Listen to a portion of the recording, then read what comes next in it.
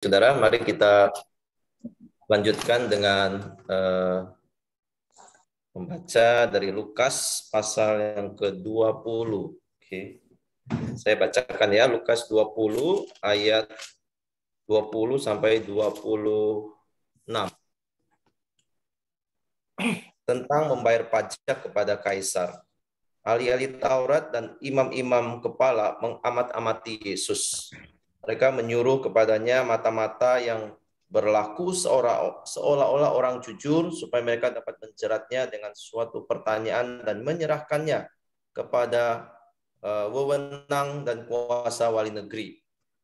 Orang-orang itu mengajukan pertanyaan kepadanya, "Guru, kami tahu bahwa segala perkataan dan pengajaranmu benar dan kau tidak mencari muka, melainkan dengan jujur mengajar jalan Allah.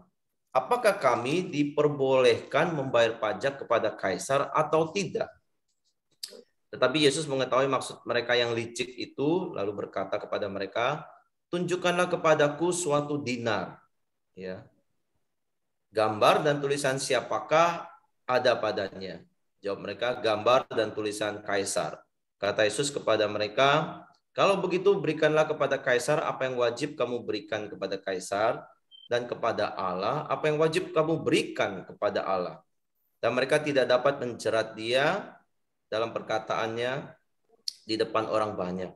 Mereka heran akan jawabannya itu dan mereka terdiam. Sudah sampai di sini dulu pembacaan firman Tuhan kita.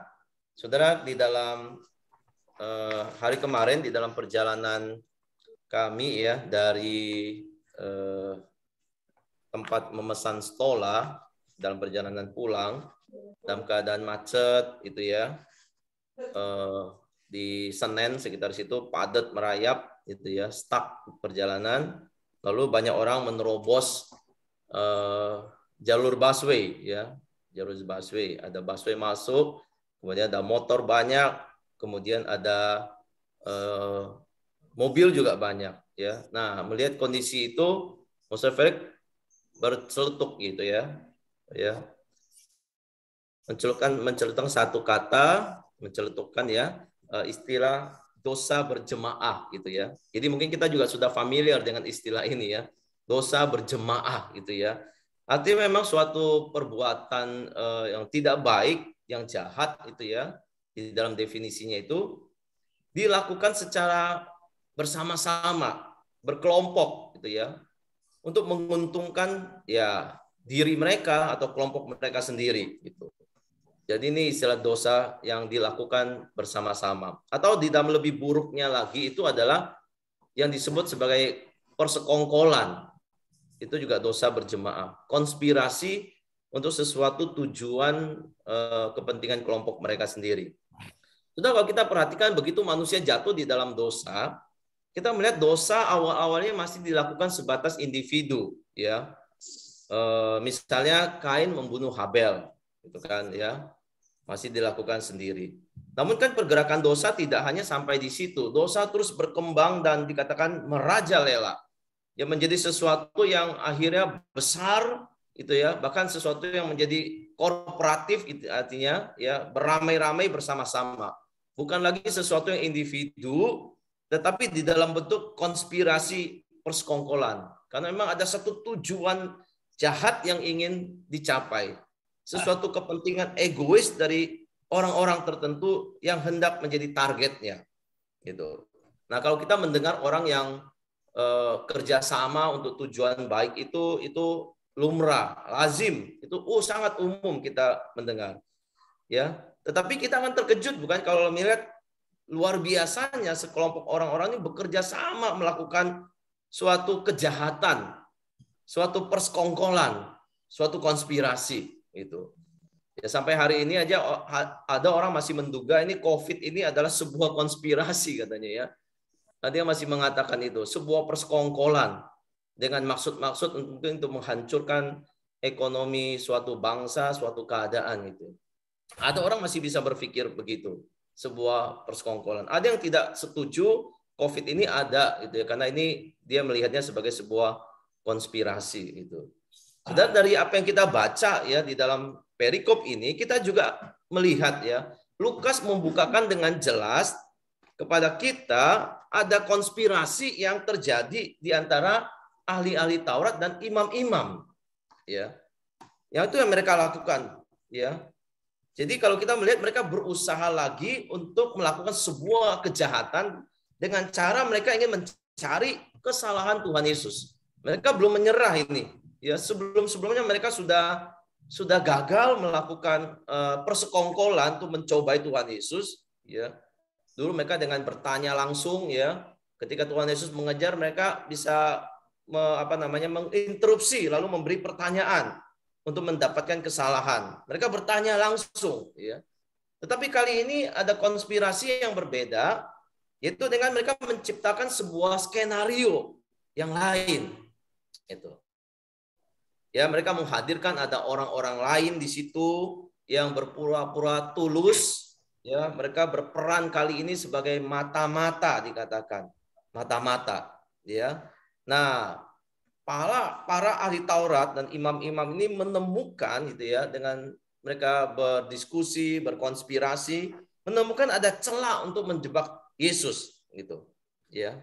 Nah, kita melihat ya Saudara ya, jadi di dalam sebuah sistem itu ya yang baik belum tentu selamanya akan baik kalau diisi oleh orang-orang yang punya niat bersekongkol ini, niat konspirasi untuk tujuan mereka ini. Kalau kita lihat Sanhedrin, ya, Sanhedrin itu satu lembaga agama yang baik pada awalnya, ya, karena mereka dipersatukan membangun sistem ini untuk hal-hal yang ritual, yang agamawi, gitu. Tetapi kita lihat orang-orang di dalamnya akhirnya korup, ya, dan merusak sistem yang baik, gitu. Termasuk juga di dalam pemerintahan kita lihat, ya, pemerintahan adalah sistem yang baik sebetulnya, ya. Tetapi itu bisa rusak karena orang-orang di dalamnya yang korup, kemudian melakukan konspirasi, gerakan tertentu, kejahatan tertentu. Ya, makanya kita sering mendengar istilah dulu itu ya, TSM gitu ya. Jadi sebuah konspirasi kejahatan yang terstruktur, sistematis dan masif itu. Ya, itu dia yang ini. Nah, saudara sekalian, kita lihat kali ini di dalam jebakan yang dipersiapkan kepada Tuhan Yesus ini melibatkan pemerintahan di situ. Ya, mungkin dulu mereka tidak masuk ke wilayah ini karena mereka hanya bergerak di dalam pengajaran, di dalam apa yang Yesus lakukan, ya, mungkin terhadap bait Allah. Kali ini mereka masuk di dalam bidang yang lain, yaitu konspirasi untuk menjebak dalam hal berkaitan dengan pemerintah kaisar setempat waktu itu, di dalam hal membayar pajak. Nah, saudara sekalian, di dalam membayar pajak ini memang ada dilema bagi orang Yahudi, dan para imam ahli Taurat itu melihat celah ini lalu memakainya untuk menjebak Kristus, ya. Jadi dilemanya seperti ini. Untuk orang-orang Yahudi yang cukup ekstrim, yang cukup radikal itu ya, mereka menolak membayar pajak kepada kaisar. Sebab kenapa? Karena di dalam bagi orang-orang Yunani ya yang politeistik itu, yang menyembah banyak dewa, kaisar itu dianggap salah satu dewa itu. Sedangkan orang Israel itu hanya menyembah satu Tuhan, ya, Yahweh. Itu. Mereka teokrasi. Jadi dipimpin oleh Tuhan, ya. Meskipun ada raja, tapi raja itu dipilih untuk menegakkan perintah-perintah dari Tuhan. Nah, kalau Yunani, orang-orang non-Yahudi itu, mereka itu politeistik gitu ya. Jadi seperti sebuah penyembahan berhala bagi orang-orang Yahudi yang sangat-sangat kental, sangat-sangat ekstrim dan radikal. Jadi mereka tidak sukarela membayar pajak kepada pemimpin yang mereka anggap itu kafir gitu. Mereka tidak mau membayar pajak, ya. Kalau mereka melakukan membayar pajak pun itu karena terpaksa. Sebenarnya mereka nggak mau melakukan gitu, ya. Karena memang di sisi lain mereka itu sedang dijajah oleh pemerintah Romawi, gitu ya. Jadi harus membayar pajak di bawah pemerintahan jajahan ini. Jadi ini ada peluang di sini karena mereka sebetulnya ingin memberontak di dalam hal membayar pajak, tapi mereka tidak bisa memberontak di situ. Nah, ini menjadi peluang yang dipakai untuk menjebak Tuhan Yesus di situ. Ya. dipakai. Jadi pertanyaannya sudah jelas gitu ya. Boleh membayar pajak kepada kaisar atau tidak gitu, kepada penjajah, kepada bangsa kafir, kepada bangsa-bangsa penyembah berhala. Boleh tidak sebagai umat Tuhan melakukan itu. Jadi jika Yesus sepenuhnya mendukung pembayaran pajak ini, kalau jawaban Yesus ini, maka dia akan kehilangan rasa hormat dari banyak orang-orang Yahudi. Ya. Sebaliknya, jika Yesus menentang pembayaran pajak ini, maka mata-mata ini mendapatkan bukti dari pengajaran yang menyimpang, yang melawan pemerintah. Dan mereka akan menangkap Yesus, menyerahkannya kepada kuasa negeri, yang waktu itu Pontius Pilatus sebagai kuasa wali negerinya, kuasa negeri itu. Ya, karena apa? Karena dianggap melawan kaisar. Mereka ada bukti kesalahan Yesus di dalam pengajarannya ternyata melawan pemerintah. Nah, saudara, ini yang menjadi celah untuk mereka menjebak Tuhan Yesus, ya. Seperti ada sebuah dilema nanti yang mereka bisa dapat dari jawaban Tuhan Yesus ini. Nah, kita tidak tahu pasti, saudara, mata-mata ini seberapa sering sih mendengar pengajaran Tuhan Yesus ini, ya. Tetapi kita melihat mereka itu memuji Tuhan Yesus karena pengajarannya yang tulus, katanya. Tidak memihak siapa-siapa, tidak memandang bulu, baik orang kaya, pemimpin agama, terpelajar atau tidak, ya. Semua yang perlu ditegur oleh Tuhan Yesus. Jadi mereka menganggap Yesus sangat tulus hati, dan di sini dikatakan jujur, ya. Mereka seolah-olah berlaku jujur dan mengatakan Yesus itu pengajarannya benar dan tidak mencari muka, melainkan dengan jujur mengajar jalan Allah. Itu ya. Jadi mereka memuji. Ya, kita nggak tahu mereka hanya betul-betul mendengar langsung atau hanya menjadi skenario dari mulut mereka. Tapi tujuan dari mereka menyanjung ini yang jelas adalah untuk supaya Yesus juga menjawab pertanyaan mereka itu. Ya, memberikan jawaban untuk pertanyaan mereka. Yang jelas motivasinya tidak tulus, ya. Dicik bahkan di situ. Pertanyaannya, apakah boleh diperbolehkan bagi kami orang Yahudi membayar pajak kepada kaisar? Ya, kaisar yang waktu itu berkuasa adalah Kaisar Tiberius yang memerintah dari abad 14 sampai 37 Masehi di zaman Tuhan Yesus ini. Tetapi sudah kita lihat Tuhan Yesus ini bukan manusia biasa. Sekali lagi, Lukas ingin menggambarkan hikmatnya sebagai anak Allah luar biasa dan melampaui manusia. Meskipun dijebak, tapi ini tidak mudah, ya, untuk menangkap Tuhan Yesus karena memang belum waktunya untuk dia menyerahkan dirinya. Jadi Yesus bukan manusia biasa yang mudah masuk perangkap dan tertipu. Yesus justru mampu melihat kelicikan, kepalsuan mereka, dan Yesus tahu cara untuk meloloskan diri, ya, jalan keluar dari jebakan yang dipersiapkan ini. Yesus minta 1 dinar, ya. Kemudian ini memang cara yang sering Tuhan pakai. Tuhan Yesus bertanya kembali kepada lawan-lawannya. Ya, 1 dinar ditunjukkan, Yesus bertanya, gambar dan tulisan siapakah ini?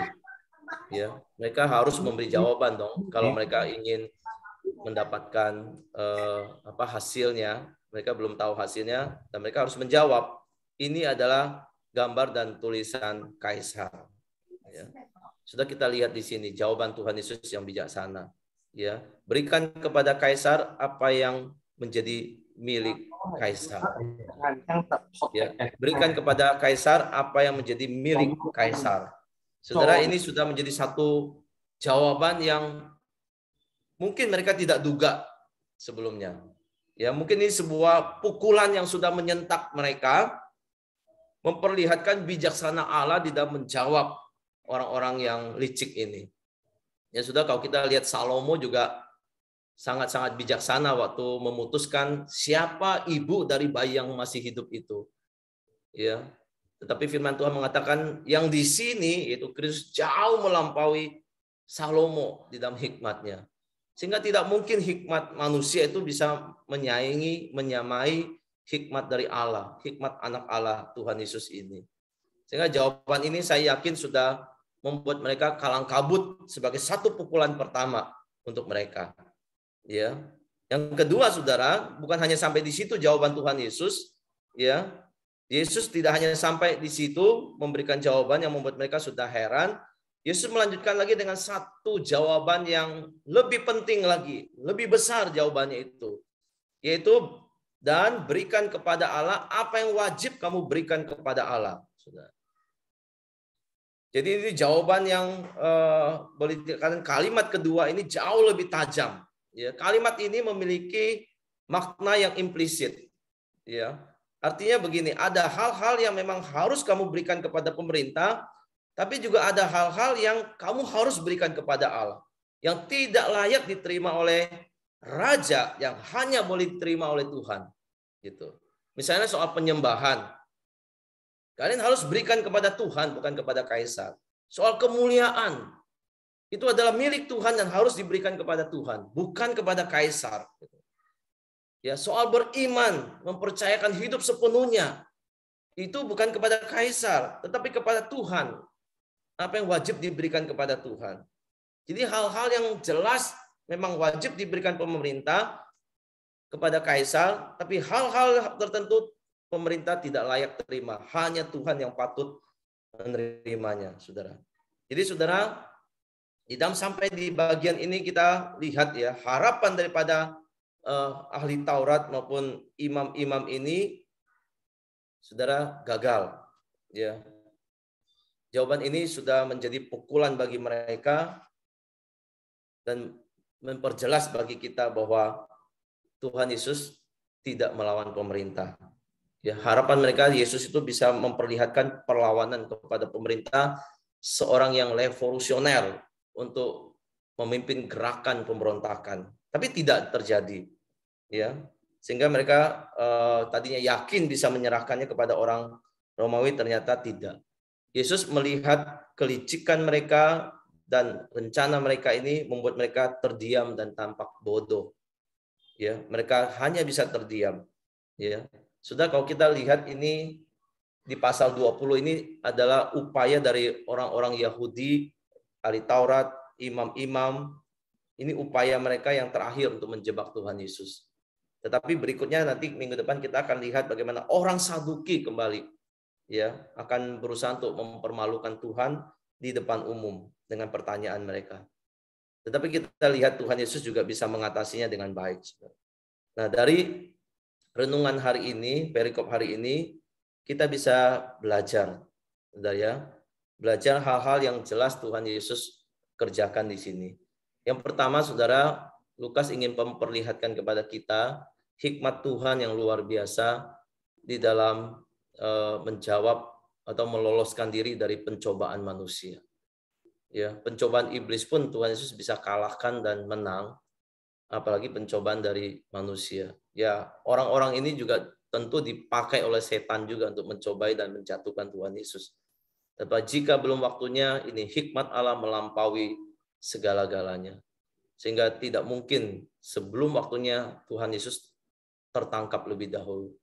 Tuhan Yesus ketika ditangkap itu karena dia menyerahkan dirinya.